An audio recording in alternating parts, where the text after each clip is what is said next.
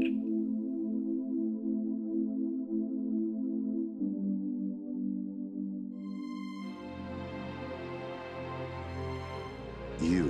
are listening to the Tricorder transmissions. Or leave. Episode 1. Just what the doctor ordered. Right, doctor? I couldn't have prescribed better. The Starfleet orders have come through, and you are now officially on Shore Leave, the show dedicated to Trek Convention Chat. I am Jeff Hewlett, and it is my great pleasure to introduce my co-host for this brand new series, the always awesome Heather Barker. Yay! I'm so happy to be here. Yeah, we've been talking about this for quite a while, and this is kind of your baby. You've been really pushing to start this show up, so thank you for helping to get this together. You're welcome. I'm super happy to make it happen, and I hope that everybody will enjoy what we put out there. I think it's going to be great. There's been some excitement already on Twitter and Facebook leading up to this. So Thanks, I know, guys. Yeah, this is going to be incredible. So, and for anybody tuning in, since this is our first episode, I'm going to give everybody a little bit of a background about what we're going to be doing here. This is, of course, a Tricorder transmission series. We're planning for this to be an ongoing show. We're shooting for a monthly release schedule, so look for us once a month.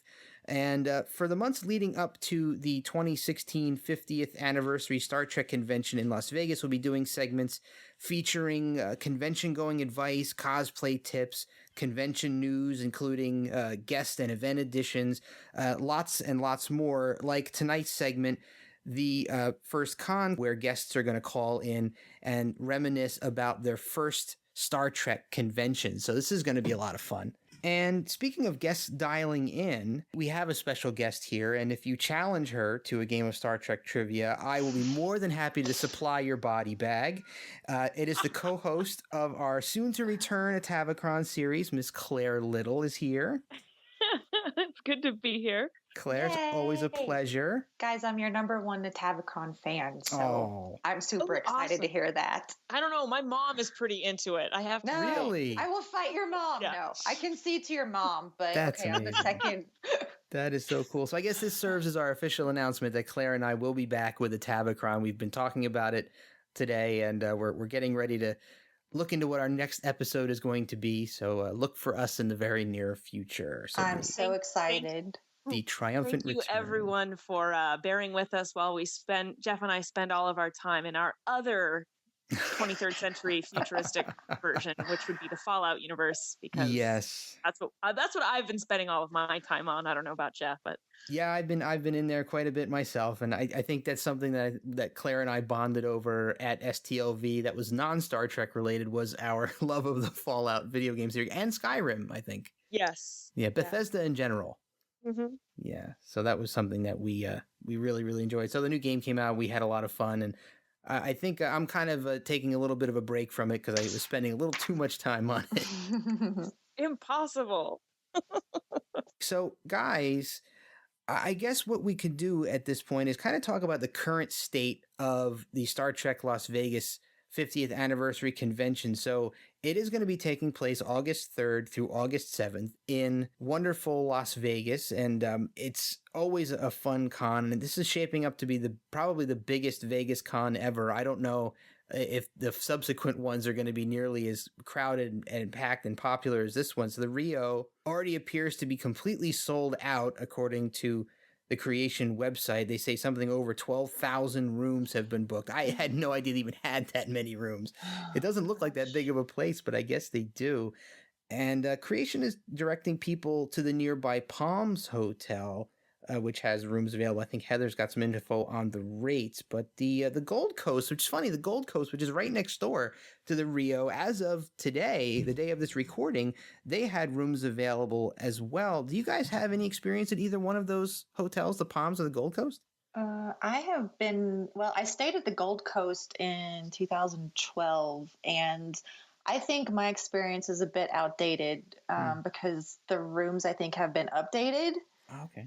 I will say that my not updated room was definitely fine for what I needed. The bathroom was a little odd and reminded me of like an RV bathroom. But we will, yeah, there was a window in the shower, which if you stay at the Rio, you may also have a window in your shower. Yes. But overall, it was fine. It is a walk over to Rio. They have since improved the walking experience to include, I think, a new crosswalk, a pedestrian crosswalk. Oh, good, good. Some people were killed a couple years ago. So, yeah, I would just recommend that people walk with a buddy. It's safe, but you do walk through part of a parking garage, and I just like to recommend that. Just have a buddy with you just in case. Yeah, Vegas at night sometimes gets a little seedy. Yeah, and just keep in mind that it will be probably about a 20-minute walk from your room at the Gold Coast all the way down to the convention hall at the Rio. So keep that in mind, and maybe if you know someone that's staying at the Rio, you can stash some of your cosplay in their room and change. As far as the Palms goes, and they do have rate information, which is, I think, comparable to what the Rio has been, about $89 a night for Tuesday, Wednesday, Thursday, and then Friday, Saturday is $159. And then there will be a charge of $30 a day for each additional person, more than 2 adults in a room. So keep that in mind. I haven't been in any of the rooms at the Palms. I checked out the Playboy Club, which is now defunct, ages ago. And I mean, the Palms, it definitely seems nice. So I think that would be a good option too. And I think it is within walking distance. Yeah, it's a little bit of a hike. It is. It's definitely going to be safe.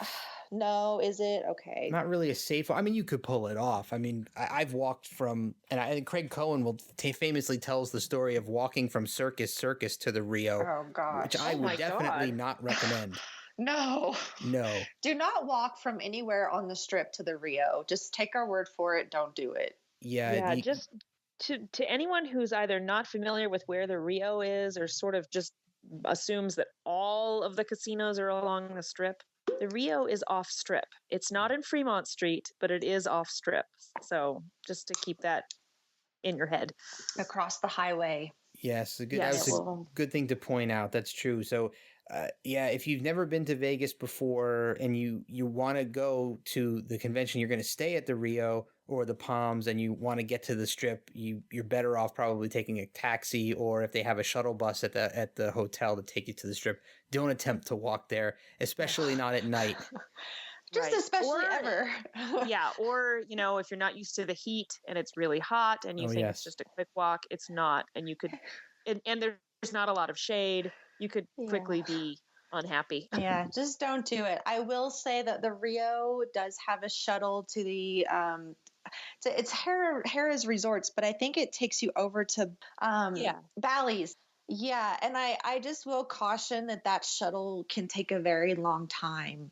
So my preference is just to grab a cab, and my wonderful group mates over on the unofficial Star Trek Las Vegas convention group on Facebook have let us know that I think both Uber and Lyft are operating in Las Vegas. Yep. So you can go that route too, and that's very similar to cab. I don't know how to explain it well. I haven't actually used either yet. Have any of you used Uber or Lyft? I've never used either one, but since they're both local companies for me, they are on the news all the time, so I think I can explain how they work. It's essentially you download their app and you hail your cab through that app. And in this case, it's not a taxi cab, it's a person who is using their private vehicle, and they are, employed through Uber or Lyft, and they will take you wherever you need to go.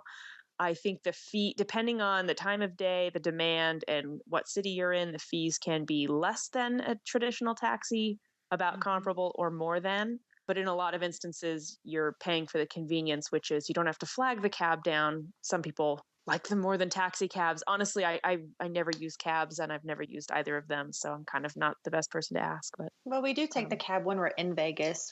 That is the only time. Yeah. And we usually share a cab, and so it's $20 to $25 one way from McCarran over to the Rio. And that's typically including tip. So, and to the strip, it ends up being about $10, including tip for the both of us. So yeah. Yep. Yeah. Vegas cabs are actually quite expensive if you utilize them heavily. So if you plan to do a lot of traveling around Vegas while you're at the con and you plan to use cabs, be prepared to spend quite a bit of money. And I've been to Vegas many, many, many times, but I've only been to the con twice. I think this will be my 13th trip to Vegas in my lifetime. So I'm kind of a Vegas veteran. So I've learned in my travels, actually renting a car for me is cheaper if I'm staying for any length of time, because I'm the kind of guy that doesn't like being tied down. So renting a car at the airport and just driving it wherever I need to go, it's a lot easier and winds up being cheaper than having to take cabs multiple times a day, because you'll be racking up 25 here, 35 there, 10 there. Yeah. That's usually the bit of advice I give. It's not for everybody, of course, but it is a possibility. And you can get some good rates if you book ahead of time and look up online coupons and things. They're always having, rate decreases or free day here and there. So that's always an option too. And just one more transit thing to let everyone know, the Rio is not connected to the Las Vegas monorail. No. So in case you're at the airport and you see some sort of deal for, buy a day pass and you think that'd be a great idea, sure, if you're staying anywhere else, pretty much anywhere else. But yeah, the Rio does not connect to the Las Vegas monorail system. Yeah, so the monorail is quite limited, actually. And honestly, I don't see as much value in the monorail anymore since the Star Trek Experience at the old Hilton is closed, because the monorail would take you there. Right. And that's where the convention used to be, was at the Hilton. Yep. And it's now, what is it, even closed down now? It's long gone are the days of the Hilton. Yeah, it was the LVH at one point after they sold it off, and I'm gonna hold on to this story about the LVH until another one of the first con segments in another episode. Heather, remind me to tell the LVH story, because I have to get permission to tell it as well, because it involves other people who are not going to be on this, and I don't know if they want me to admit something like this on the air. I really want to hear the story. Well, not now, of course. I will tell you after this recording is over. But, there are also a couple of ticket packages that are already sold out, and they are all of the really high-end ones. The gold, the captain's chair, and the commander's seat are all already sold out. So if you were looking to go high-end, the highest end that's still available is the Copper Weekend at $549, and General Admission Weekend for $249 are the only packages that are still for sale. And I would imagine the Copper is probably going to go relatively soon. Let's see. So you get a reserved seat with the Copper. And of course, with all those other higher levels that are sold out now, you can select your own seat. You get your special lanyard. You get a coin. And then I think you get free admission to the Gala, which is the Nevada Pops doing Star Trek music. And I think that's it. It's now the Commander's Seat, Captain's Chair, and Gold Weekend all have their own parties. Different nights with entertainment, and then I think they also include the gala and the dessert party after. And those, if you're in any online groups or even just out there on the internet, there are people who may wind up selling their tickets closer to the convention when they find out they can't go. So definitely, again, I'll mention my unofficial Star Trek Las Vegas convention group on Facebook. We do have people that sell tickets. You will probably pay more for those tickets. And Creation has been known to auction some higher level tickets on eBay closer to the convention. I think with the predicted number of people attending this year, or the anticipated number, I'm really cautious about what's going to happen with tickets. Generally, we also will see daily general admission. And my friend Christine, had heard that they weren't going to do that this year, which I find unbelievable, because not everybody can go for all 5 days, and they're not going to buy a $250 ticket to go for one day. It doesn't seem very Creation-like to turn away money. No. So I do think that they will open up these just daily general admission weekend tickets. What I don't think we're going to see are the discounted tickets on Groupon, on Gold Star. I feel like there's another website out there that might have them, but I've seen a lot of people anticipating just waiting on those tickets, and maybe I'm being too cautious, but at a convention where we've got so many tickets already sold out, I wouldn't bet my money on any discounted tickets this year. And if I'm wrong, you can all come back and whatever. I'm gonna throw my hat in with you, Heather. And I've actually been saying the same thing for a while, that I did the Groupons last year. What's now the Copper weekend, I think, is a rebranding of what I had gotten my first year, which they used to call Preferred Weekend. Yeah. I think it's the same thing, but that's what I did the first time around. So I paid, quite a bit more for the entry into the Nevada Pops, and I think I got a party with that too, and the coin and all the other stuff. But going back the second year, I don't really need all that stuff. I don't really need the reserved seat. I just want to go to the con. So I waited for the Groupons, which were maybe a month out from the con, which were pretty heavily discounted. 50%, I think. Yeah, I really don't think we're going to do that this year, because I think they're going to sell out completely. I think they're going to be at capacity. Yeah. So I don't think they're going to need to sell discounted tickets. Creation, is always promoting themselves as the convention people who don't oversell. Their whole thing is everyone gets a seat in the main theater. You don't have to buy tickets to that separately. They say they won't sell any more tickets than there are seats for the main theater, which is great. And in my experience so far, that's been true. Mm-hmm. I kind of wonder, though, I have no idea how many seats are actually in that main theater. How many seats do you think that thing holds? Because if they've sold 12,000 hotel rooms, I'm sorry, I don't think it holds 12,000 seats. And there's probably, let's just say, maybe a third to a half of those 12,000 rooms will have more than one person in them. Yeah. Not every case will the second or third person have bought a ticket. It could be spouses, one of whom is not interested in the convention or something. But I'm kind of wondering how that's going to work this year as far as the capacity issue.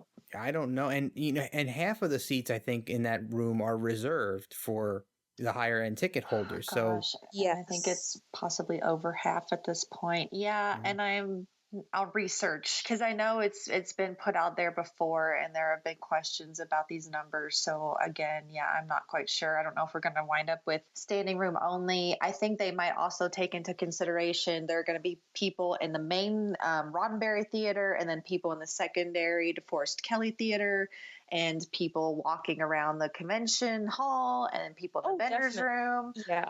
But there are a couple of times, I think, during the convention that you're going to have a vast majority of the attendees in that big main hall at the same time. I mean, I recall last year.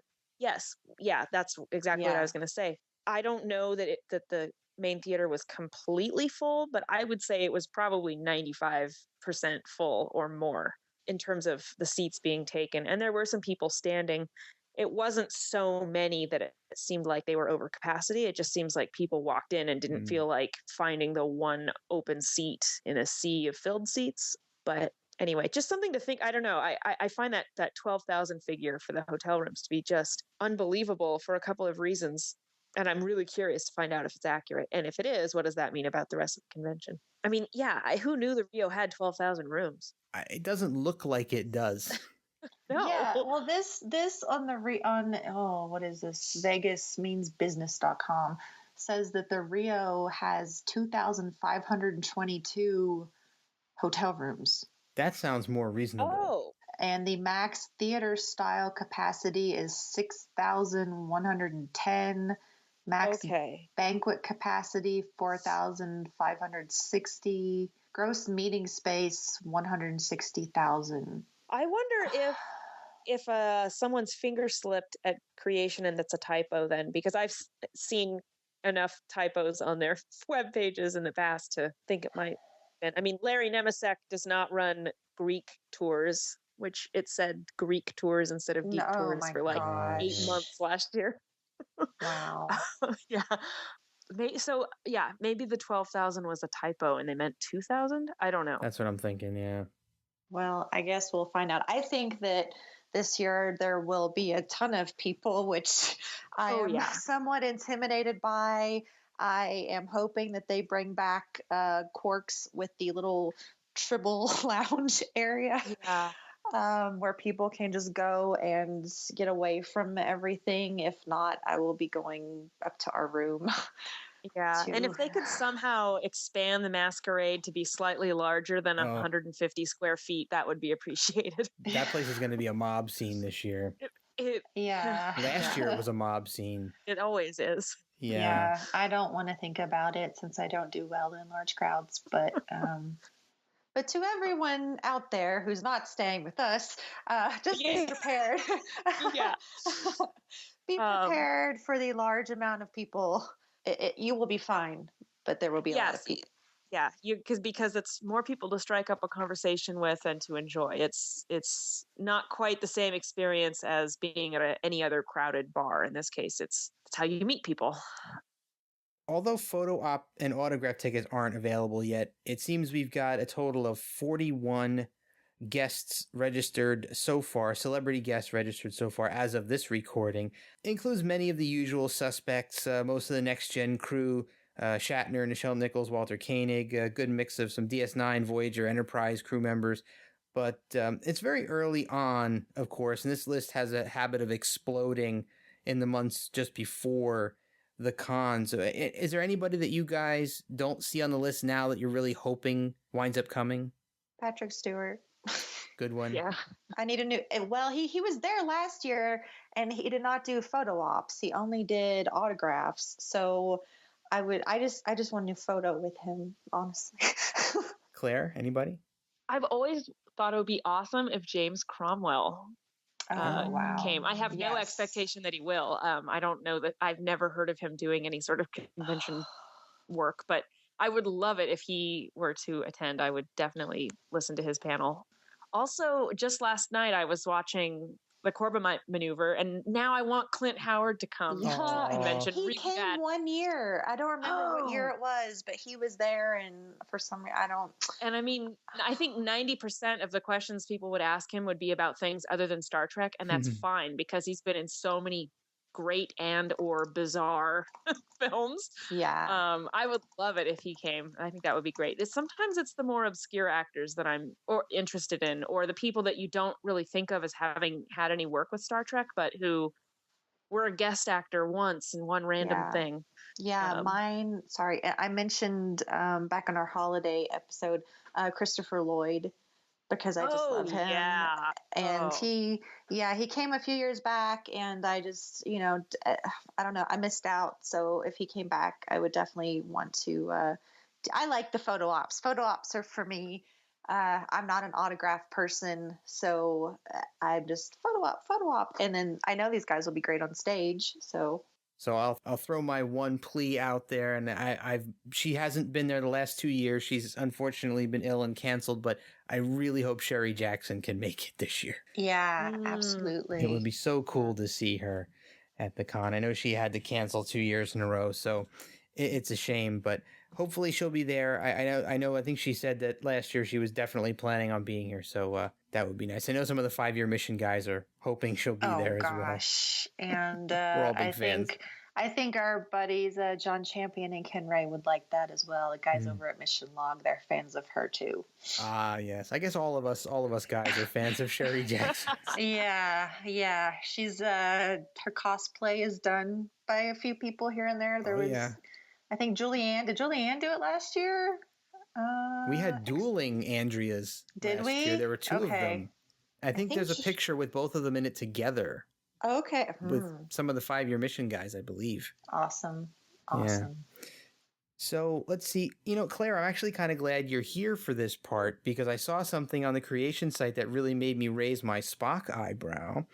So there are some events listed, not a heck of a lot. So a couple of really interesting ones, though. They're going to have something about the 2017 Star Trek series, which we were hoping for. Something about Star Trek Beyond. But, Claire, I found this one particularly interesting. There's an event there listed as Star Trek Influences, How Film Has Influenced Star Trek. Does that sound slightly familiar to you? It does. I saw that too.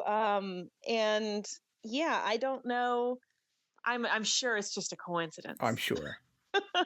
But yes, that did I did notice that, and honestly, I'm happy. I don't know who's putting on that panel.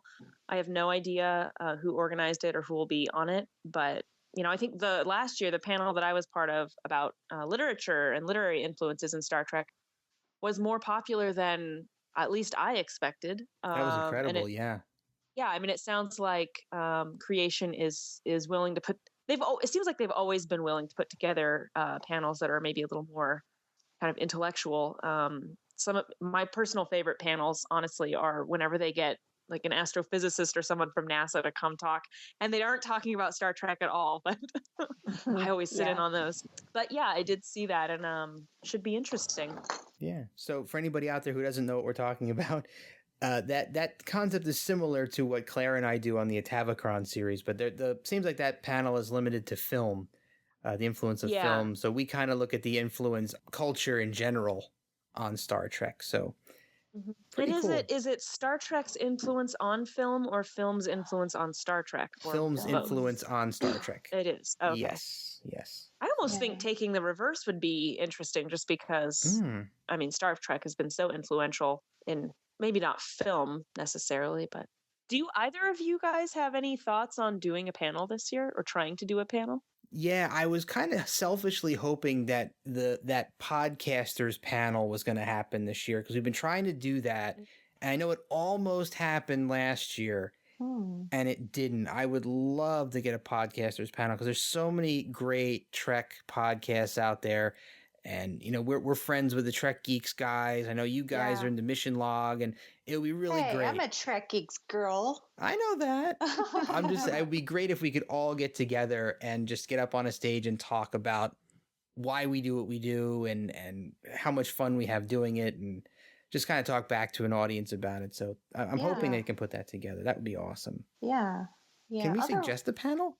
I think yes, because the military panel was a suggestion, and that is fan-based. The panel that I was part of, which I didn't have anything to do with organizing it, but it was fan suggested. The other gal that I hosted the panel with, she put it all together. And she doesn't have anything to do with creation professionally. Yeah, well, we should send them an email. Yeah, we should look into it. Yeah, that definitely sounds like a good idea. Claire, do you have any ideas for panels? I don't know. I don't know if I want to do one. I actually found it, so actually doing the panel was fine, but the lead up to doing the panel, I was actually sort of preoccupied by it, and I don't know that I want that. But the experience itself was great, so if I could just sort of have the experience of doing the panel without thinking about it for the day before, it would be great. I would think an impromptu panel. Just to spur them on, you just get pulled on stage. That's what discussions at the Masquerade are, essentially, impromptu panels. Yeah. So, Heather, if we are able to successfully get this podcasters panel, we won't tell Claire about it until the moment that it's going to happen. Hey, Claire, come up here. Come up on the stage. Yeah, the Women in Star Trek panel that's there every year is one that I always look forward to. But as far as any new ideas, I haven't thought about it. But I think that podcaster panel would be pretty neat just around the board. There's such a large podcasting community, involved in Star Trek. I think that would be interesting. So let's send them an email. Let's do that. Yeah, let's definitely do that. So awesome. I think now we're going to cut over to the first edition of the first con. So we're going to have a special guest who's never been on shows before, and he's going to talk about some of his con memories. And Claire and Heather and I will be joining, so we're all going to talk about our first convention experiences. So stay tuned, and here we go with the first con. For everything, there is a first time. You still, I cannot help but. For everything, there is a first time. First. Welcome to the first edition of the First Con. Heather and I are here with our Atavachron co-host, Claire Little. How you doing, Claire? Pretty well. How about you guys? Doing wonderful. And we also have another guest who we met at last year's convention, and that is Gerardo Yanes. Gerardo, how are you? I'm doing all right.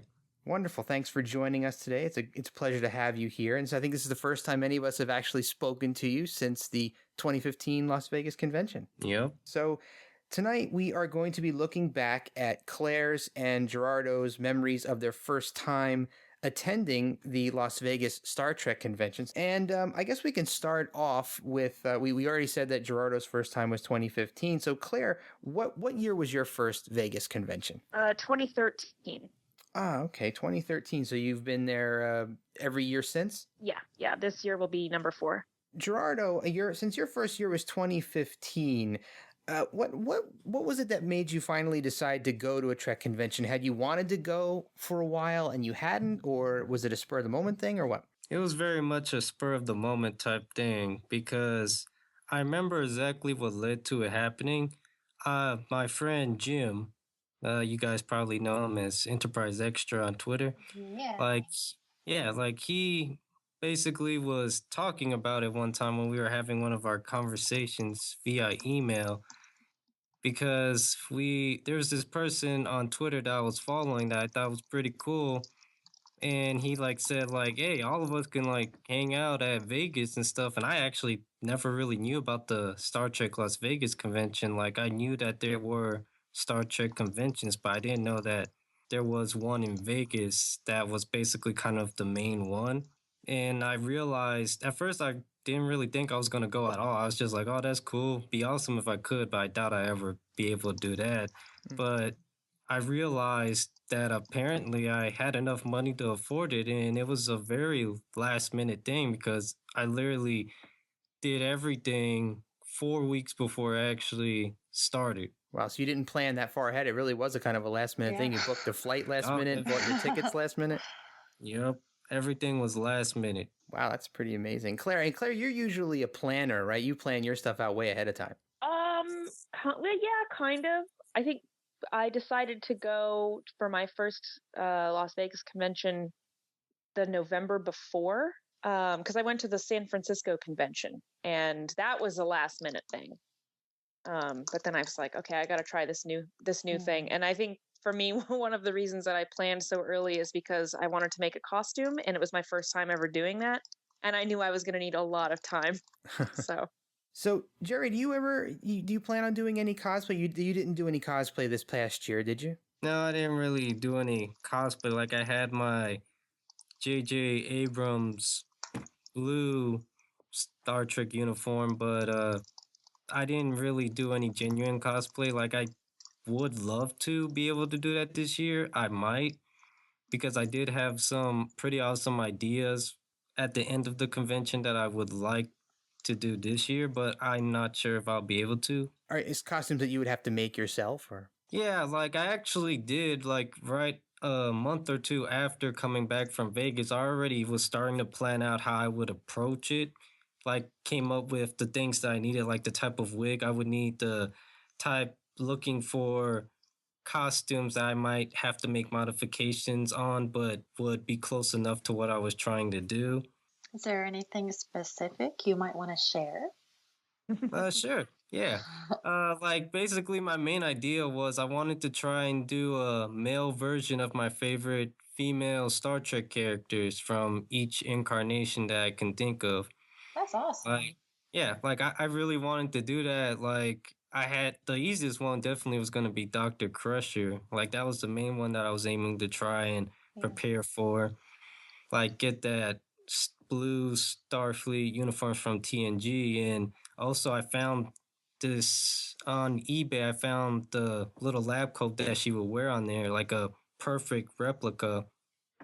And I also was I don't know if this would have made me look ridiculous, but I actually was considering just getting a red wig that I could wear. That'd be great. I think you should do it. No, I would definitely say to do that. I love it. I think that, I don't worry about if people are going to think if I look ridiculous or not. If you want to do it and you're happy with it, you should just do it, because there's all types of cosplay at that convention. There are some that are just, they fit into the ridiculous because people intentionally make them ridiculous. So yeah, you should totally do it. And now I'm going to hold you accountable. Well, I'll definitely try to. That's awesome. So Claire, you mentioned that you did a costume and you weren't sure if you were going to be able to pull it off for that first year. What was it? It was my blue original series Star Trek uniform. That was the first thing I have ever sewn, other than maybe hemming some pants. And I just took a stab in the dark, and it actually turned out okay. Yes, it was really awesome. And that's the same one you had this past year, 2015, right? Yeah. Except I gave myself a promotion between 2014 and 2015. That's pretty cool. Did you do anything else for that first year cosplay-wise, or just the one? I think I think it was just that costume. Heather, do you I don't remember that I wore anything else. By the way, Heather is my first year Star Trek convention story. She is my story. I'll just tell it real quick. Or should I not? No, that was going to be the next question. I will try not to cry. Well, so I went to the convention by myself, and I had no problem with that. I do a lot of traveling by myself. I actually really enjoy it. But a lot of people were like, that's kind of weird. Do you know anybody? Are you going to meet up with anyone? And I said, no, but if you're ever going to make a friend really quick, it's going to be at one of these conventions. Oh, yeah. Mm-hmm. And so I was waiting in line to register for my hotel room. I mean, I'd been at the Rio. I'd been there for all of maybe 10 minutes. And this woman in line in front of me sort of struck up a conversation, and we started talking, and she was awesome. And her name was Heather. And thankfully she took the lead, because I'm I know I don't seem shy at these conventions, but I am actually, I think, fairly reserved, I guess maybe is a better word, whatever, in real life, regular life. So I wasn't gonna step up and be assertive about it. And thankfully she was assertive, and she was like, hey, let's hang out together. What are you doing the rest of the day? Let's get rooms near each other. And so we hung out the whole time, and I met so many great people through her, and we have the conventions are we hang out every year ever since. And they're great. And now we're roomies. We've gone to the next level. Yeah. You guys were kind of inseparable at last year's con, if I remember correctly.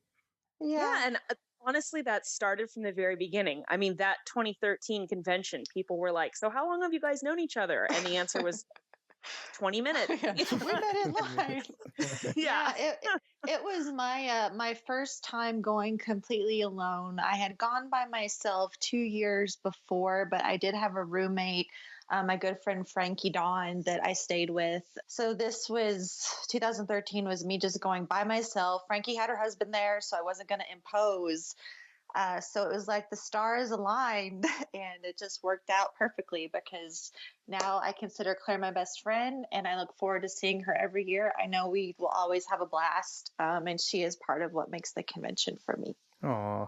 Same to you, Heather. It's just so, I mean, everyone says these conventions are really about the people you meet, and it seems cliche, but I think anyone who has attended them knows that it's not cliche. It really is true. Yeah. Absolutely. Absolutely true. And like I said, I didn't discover that until my second con, when I met all of you guys. So was last year your second one? Yeah. Last year was my second Vegas con. I've been to the New Jersey Trek cons a bunch of times, the creation ones they have here, but they're nothing like the Vegas con at all. They're very, very different.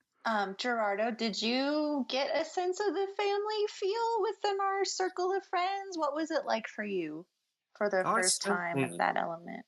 I certainly did, because the one thing is that I actually did not get a hotel room, because Jim immediately offered to let me stay with him, right off the bat. He didn't even before I even brought up the idea of me getting a hotel room. He was just like, hey man, if you need to, you can bunk with me. You won't even have to worry about paying for a hotel room.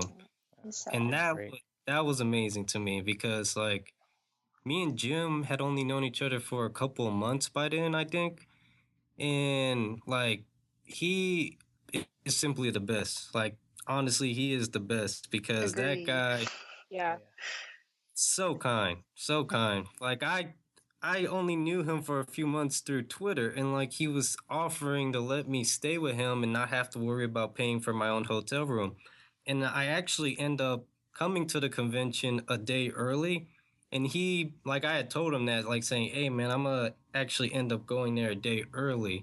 And he completely changed his plans to be there at the same time I was. Wow. No joke, because he was all, because I said, like, don't worry about it. I can spend the night in the airport. It's no big deal. And he's like, no way, man. I refuse to let you sleep in the airport. Wow, that's Like, incredible. yeah, really amazing guy. We love you, Jim. Yes, we do. And I know I've told this story in our one of our STLV wrap up shows from last year, but I'll repeat it just in the Cliff Notes version. If it wasn't for Jim, we wouldn't all be sitting here right now, because I would not have met Claire if it wasn't for Jim. I was flying solo that first night there, and I was at the karaoke party, and I had remembered that Jim had contacted us on Twitter and wanted to meet up because he'd listened to the podcast, specifically the stuff we were doing with 5-Year Mission, and he wanted to meet up. So I sent him a tweet on Twitter and said, hey, I'm at the karaoke party. He showed up, and he was like, well, let's blow this joint and go over to the masquerade, where we ran into Claire, and the rest is history. And you know what? For about an hour, Jeff, I thought you were 5-Year Mission's manager. Yeah, I did too. Because I did too. There was just, because, well, like, you guys were talking, and you weren't talking about, I don't know, non-business stuff, for lack of a better way to put it. You were talking about, like, where the band was going to be, and it was very sort of band businessy kind of stuff, and I just assumed you were their manager. That's funny, because, and it's that is really funny.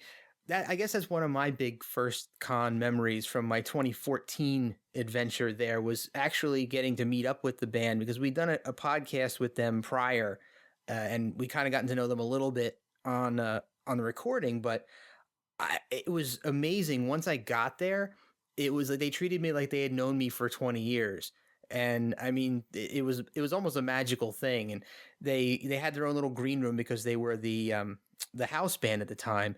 So, they let us, Craig and I, into the green room. We got to hang out with them for a while. They got us into all of the parties they were playing. It was just incredible. And we just became really good friends over that con. And that was one of the things that drew me back to the 2015 con, was I was going to get to see them all again. So by the time we got there, I was already kind of close with all of them. So I guess that's why it kind of seemed like I was working for them or with them. Yeah. But they're phenomenal guys, too. I'm hoping we can get some of them on Shore Leave here in the future. Oh, absolutely. Last year was the first year that I really hung out with them a lot. I met them the prior year, but I didn't. They were busy. They were really busy. Actually, yeah, I think that explains it more than anything. They were super busy. Yeah, but last year I got to hang out with them a lot more, and we all did as a group, and it was great. Yeah. It was a total blast. I mean, they really take care of their friends out there. They treated us all so wonderfully. Really, our Trek family is just full of awesome people, and that's why I love to talk about STLV. These conversations are a good bridge to over the gap to the next convention. So, going back to some of these memories of these conventions. So, Gerardo, what are some of your favorite memories from your first convention? I know you had some really cool celebrity interactions. Oh, definitely. I honestly felt that I had one of the best experiences that you can have for your first time going to a Star Trek convention, because, like, the biggest one definitely would have to be my encounter with Chase Masterson. Because the thing is, like, I already was a fan of hers because I, like, followed her on Twitter, and I liked a lot of the stuff, like, issues that she would bring up on there and things like that. So it was already an honor to meet her. And plus, I had heard of her anti-bullying coalition thing. And I was a really big fan of that. So the minute I met her, like, I actually opened up to her about something that I haven't really talked about with literally anyone, because it was such a personal tragedy that happened recently with a friend of mine that I really didn't like talking about it. But given the coalition thing she started and how that connected to what happened to my friend, I felt okay opening up to her about it. And she was apparently very moved by what I told her, and reached out kind of in a way befriend me, at least only for those days, because like she got kind of teary-eyed after I told her what happened, and then she got out from her little booth and straight up hugged me. And like, I'm not even kidding, it wasn't just a short hug, it was a long hug. Like for a moment there I was a bit like, wait, I was a bit like shocked by the fact that like Lita from Deep Space Nine hugged me.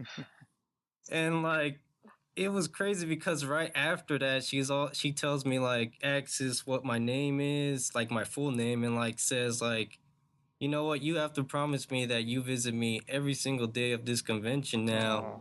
And like, even like, it was the day after, actually the day after, like I go stop by to say hi, and apparently she was going to a screening for Star Trek Continues or something like that, a special screening. And she like asked me if I had any plans that day, and I said not really. Like I just will walk around the convention and see what's going on. And she says she like checked to see if she had an extra ticket. She did, and she like says, "Would you like to come with me to that?" And I was like, Wow. Yeah, and she even told me like, just wait for me at this time at the entrance of the hotel, and we'll meet up there, and then we'll take a limo down there. And that's exactly what happened. Like it really was a shocking experience. Like I still can't believe it actually happened, because not only because it was a person who played a character that I remember really liking when I was watching Deep Space Nine, because even before I even really knew much about the actress, I was a fan of Lita, the character on Deep Space Nine. And I had just watched the show not too long ago, because I'm a fairly recent Trekkie, to be honest. Like, because Star Trek Into Darkness is what made me go and look back at all the shows and stuff. So, oh wow, check that out. Thank you. Vindicated, this is who Heather. we get. This is who we get, people. This is what new Star Trek brings us. Awesome people like Gerardo. Exactly. So you were vindicated, because I think we both made that same argument in the past. Yeah. About new Trek and new fans. So excellent. Although I have to say that, you know, Gerardo's results at the con are definitely not typical, but it is the magic that's possible at STLV, that you could befriend a celeb, or you could ruin a celeb's birthday. I don't, from Jim. Yeah. So, aside from that, I had any other fun memories that you have of your first time? Oh, definitely. Like, the thing is, like, when you ask me what are the two people from Star Trek who I just hold a very great fondness for, it's always gonna be Gene Roddenberry and Leonard Nimoy. And the thing is, like, the first day, I believe it was Adam Nimoy first. Like, I would like, because the thing is, I was just finished, like, me and this person that you guys probably know named Holly Amos. Yep. Like, me and her were, like, hanging out for a decent amount of time, and, like, she had to go when one of her friends got there. But there was this couple that walked up to us asking for directions to the convention. So she said, like, could you take care of that while I go and help my friends settle in? And I was like, sure. So as I do that, I see Adam Nimoy coming out of the men's restroom as we're walking down there. And since I have this couple that clearly is a big fan of TOS, I was like, excuse me, sir, are you Adam Nimoy? And he was like, yes, why do you ask? And I was like, well, these folks over here are a big fan of TOS and your father. And I just kind of introduced them to him. And then he asked the question of, like, what our favorite Star Trek characters were, and I thought mine was fairly obvious since I was wearing Spock's J.J. Abrams costume. And, like, he was apparently blown away by what I had to say as my reasoning for having such a fondness for Spock and Leonard Nimoy. And he decided at that moment, like, hey, I would love to film you for the Spock documentary. And it was pretty awesome how he went about that, because at first he sent me an email which I probably will never delete. And Like, then he just recorded me, like, you know what? Let's just record you right now. Like, he talked to his camera guys and then filmed me explaining why Spock and Leonard Nimoy have such a special place in my heart. And then, I kid you not, the exact next day, I didn't meet Rod Roddenberry. And I forget what struck this conversation. I think it was because I was wearing my Idic necklace and he really likes the Idic symbol. But I end up conveying just why his dad means so much to me because, and I admit this is kind of a personal thing I'm opening up about here, but like Gene Roddenberry as a person really helped me in a rough time of my life come out as a atheist, which given my household that I live in wasn't an easy thing to do. And Star Trek and Gene Roddenberry really helped me at that time of my life, especially since I was fairly young. Like, I was still very in my early teens at the time. So it was a very difficult time, and Gene really struck a chord for me during that time in my life. And his son was really blown away by me opening up about something like that. So he ends up getting these guys filming a documentary called Chasing Atlantis, and he has them film me for their documentary as well. Oh my gosh. Oh, interesting. Wow. I don't know that we saw those guys or knew anything about them. Yeah, I don't think I saw that either. No. Yeah, but basically I got to meet the sons of the two people I idolized the most from Star Trek in a matter of 2 days, and that was just what put me in documentaries. So amazing, truly amazing. I have no words for how in awe I was about that whole situation. On the subject of Leonard Nimoy, can I pop in with a memory from my first convention? I was just going to ask if you would regale us with a first convention story. So my first STLV was 2009. It was after the new JJ movie, and that was part of what sent us there. We'd been Star Trek fans, and when I say we, I'm referring to my past life ex-husband. We had been to some local conventions and then found out about this big Star Trek only convention in Las Vegas. So we went, and the best thing in the world. I'll try not to cry. Okay, so Leonard Nimoy was there. It was not his last year. I think his last year came about 2 years later. But we got a photo op with him, and we waited, and I was like, oh my gosh, I'm going to meet Leonard Nimoy.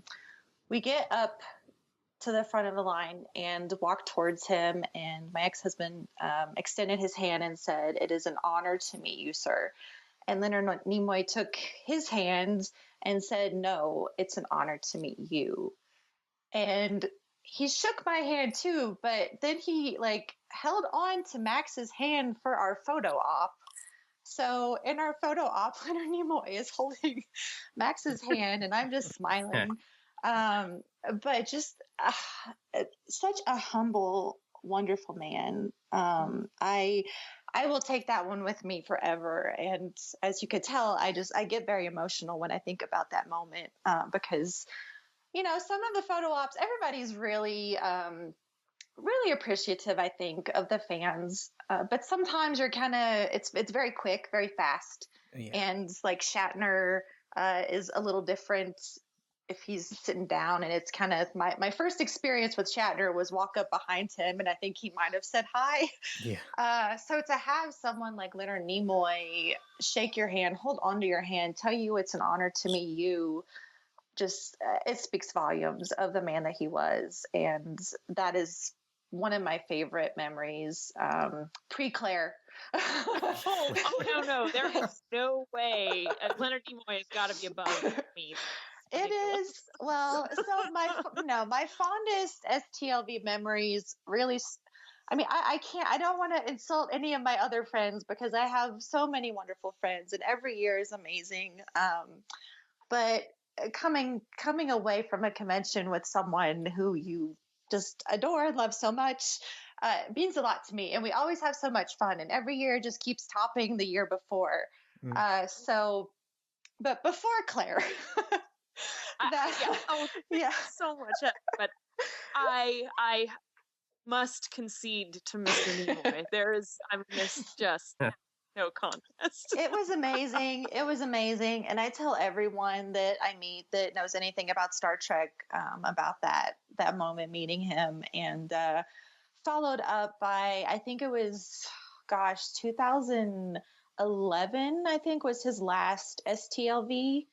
And he did basically his goodbye speech and had the room crying. I was sitting with my friend Aaron and Frankie, I think, and just in tears because he truly valued all of his fans. He is Spock, versus the whole I am not Spock. He complete turnaround from that. He really embraced everyone, especially adopting us all as his grandchildren, and just being there. And you can find that speech on YouTube. I think if you just Google like STLV, Leonard Nimoy last speech or something, it's out there. But it was just amazing. So I think really my two biggest memories involve him because he's also just been extremely important in my life as well. That's a great segue into Claire, thinking back on your first con, do you have a favorite photo op? Did you do photo ops then? I didn't actually do any photo ops the first year. The first photo op that I did was with Heather, and it was the second year, and it was with Terry Farrell as Jadzia Dax, surprise, wearing the Klingon wedding dress, and Heather and I both actually started crying when, not during the photo, thankfully, but before then. When she came out on stage, oh my gosh. Yeah, and then we were like, we have a photo op in 45 minutes, and she's wearing that. Will she still be wearing that? The answer was yes. No, but she were, oh my gosh. Yeah, that was my first photo op, and I did that, and then I did William Shatner also that same year, I believe. But that's it. I actually I don't know why. I really enjoy other people's photo ops. I love looking at other people's, but I don't know. It's not something that I find myself really wanting to do that often. But I think it's wonderful when other people do it and enjoy it because you can see a lot of joy on their face in the photos. Yeah. But while you're talking about these photo ops that you did that year, that was 2014, right? Yeah. Yeah, that really scrambles my mind to know that you guys were there getting photo ops with the same people as I was, and I didn't know you then. Did you get Jadzia Dax? No, I got Shatner that year, though.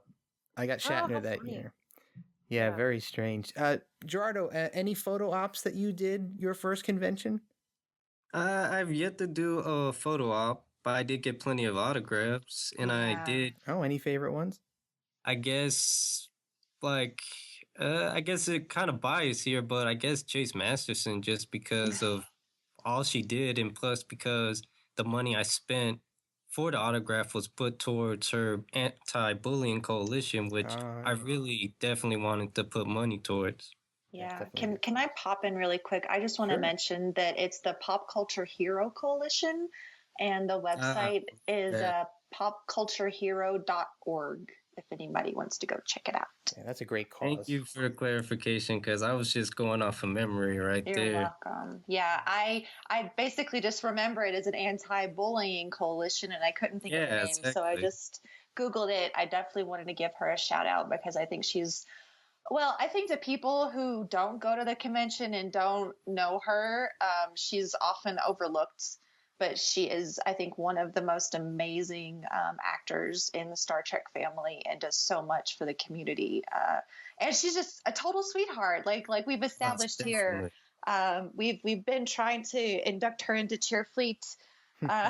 We always get a photo with her. We've done a cheer for her, I think, ever since we started Cheerfleet. But I think we've talked about getting her some poms just to include her and giving her own set of pom-poms. So I think it's time to definitely make that happen this year. Definitely. So have you been actively recruiting? Well, we always have things. It's really just stuff popping up on the website or the Facebook groups when it gets mentioned. A lot of people know us, they recognize us, they remember us, and then they want to become a part of it. So quick plug, we do have groups. We have a Facebook page that is Cheerfleet Academy cheerleaders, and then we have a Facebook group, which is Starfleet. Oh, they're both Starfleet Academy cheerleaders, and then we go by Cheerfleet. Sorry about that. The group, we do try to keep it to people who are actually going to participate as Cheerfleet and not just fans. We prefer that the fans go to the Starfleet Academy cheerleaders page and like us. But we're always growing. It's such a fun group, and hopefully we will have our head cheerleader, our captain, Damian Ann, join us this year. This year, guys, this year. It's coming. No. It's coming. Not like next year. It's now again this year. So I know, Jerry, unfortunately, this question is not going to apply to you since you've only been to one con, but we'll definitely get you back on the show to ask you this question after your second con, but more for Cleather. Cleather, you're one person now. I will edit that out. No. Keep it. It's hilarious. Cleather. So Cleather. Claire. But it sounds like clever. I love it. Since you've been to your first con and you've been to subsequent cons, do you have any thoughts on what was different? I guess so I've been to 3. I think probably the biggest difference going into the second one was that I wasn't just anticipating doing cool Star Trek stuff. I was anticipating hanging out with people and hanging out with friends. Also, since it's a little bit, this podcast is turning into Enterprise Extra story time. I do distinctly recall being really excited to meet Enterprise Extra because I had met him through Twitter in between the first and second conventions. And I was like, this guy's so cool. I can't wait to meet him. So it was, I don't know, the first or second night. Heather was already at the masquerade, and I was like 5 minutes behind. So she and Jim were talking to a couple of other people, and I walk up, and Jim's like, hey, I'm Enterprise Extra. And I freaked out a little bit because the first year, there had been a trivia contest at the masquerade, and Jim and I were kind of cleaning up a little bit. And it had sort of become a little bit of a battle between the two of us. And are you guys still there? Yeah. Oh, okay. You're so quiet. I was like talking and thinking I had lost the signal. Okay, sorry. You can edit that if you want. Yeah. So and after this trivia contest, Heather and I were like, that guy looks kind of familiar. We were thinking maybe he was an actor or something. I don't know. He just looked familiar to us, but we couldn't figure out who he was. Turns out he's Jim. He's Enterprise Extra, and we didn't know. Guy. We had no idea who he was the first year, and the second year we're like, "You're that guy," and he's like, "Oh yeah, I remember you." So, it was a great moment. So Heather, same question to you. After your first con, and you went back the second time and the third time, was there a big difference for you? Oh gosh, no. Not really, because it was a different experience for me overall back then. It was definitely geared more towards seeing the celebrity guests sitting on panels. The second year that I went, I believe we brought some friends with us, and Patrick Stewart was there that year. So it was a big to do with him being there. I lost my mind. And that's kind of like the main stuff I remember. What has changed the most for me is that every year my Star Trek family tree grows larger and larger. When I say so I just consider everybody that I know my family, and then I guess I have a smaller, condensed, more personal family within that. But I no longer go to the convention to see the guests. I don't care who's going to be there. I would be excited if Patrick Stewart came back so that I could get a new photo op with him, since I'm like 30 pounds lighter and look better and want a better picture. But it's really about seeing my friends. It's about hanging out with all of them. And we will talk about this probably more than once when we talk about STLV, the demand on tickets this year. Claire and I have been going as captain's chair, which is a great option, and we've had a lot of fun. But at the end of this last convention, we just realized we wanted to be with our friends, and the parties that are included with captain's chair just weren't really stuff we were all that into. You know, the only reason that I enjoyed the captain's chair party last year was because of 5-year mission. We had Enterprise Blues Band was the entertainment the year before. They were great. It was awesome. And we still had fun. But overall, we really want to spend time with our friends. And because of how fast all of the upper level tickets sold out, I was a bit anxious that when they released general admission, it was going to break the website. I wasn't going to be able to get a ticket. And I said, you know what? I will just go and hang out at Masquerade Bar. I think we all had that reaction. Yeah. So that's what it's become for me, is really just a chance to get together with my tribe, my people that I really just see once a year. But, man, Star Trek people are the best people, the best people in the world. Yeah. And it does not feel like you only see these people once a year. I mean, No. It doesn't hurt that we're able to keep in touch through social media and Skype calls and whatever. But even if it's someone that you haven't really kept in contact with, you see them and you're just like, it's like it was yesterday that you last saw them. It's great. It's like that whole adage about like your friends for life and how they're people that you may not see for every like 5 years or whatever, but you're still just as close when you see each other again. And that is what the convention is for me now. I will say that in the past several years, I guess since like 2013, 2012 even, Creation has stepped up their game and has added many more fan experiences, like the photo op stations, the board regeneration chamber, having the bridge this year, the little tribble pile, which is kind of small, but it was better than the cutouts of all the captains or whatever it was before. Oh, yes. So they've really listened to our feedback. And so I'm excited to see what they're going to do this year. And we've talked about this previously, and like I've said, I'm sure we'll talk about it again, but they have changed the experience as well. So I do enjoy that. It makes it a lot of fun to be able to do those photo ops and stuff. Yeah. Oh, and one other difference that is not actually related to Creation or the Star Trek convention itself, but one other difference for me anyway, between the first year and the second year, was the first year we all joked about going to Chippendales, and the second year we actually went to Chippendales. And we've gone twice now, I believe. Yeah, we have. And I think you're planning another trip this year, aren't you? Yeah, I was going to talk to Claire to see if she wanted to go, but it's if we can get the super cheap tickets, maybe, because we got some tickets. I would not pay full price for that. No, we've gotten discount tickets every year, and I will send out an invite now to anyone that wants to go. Just find me on Twitter, Sketching Venus, or Facebook, Heather Barker. Add me.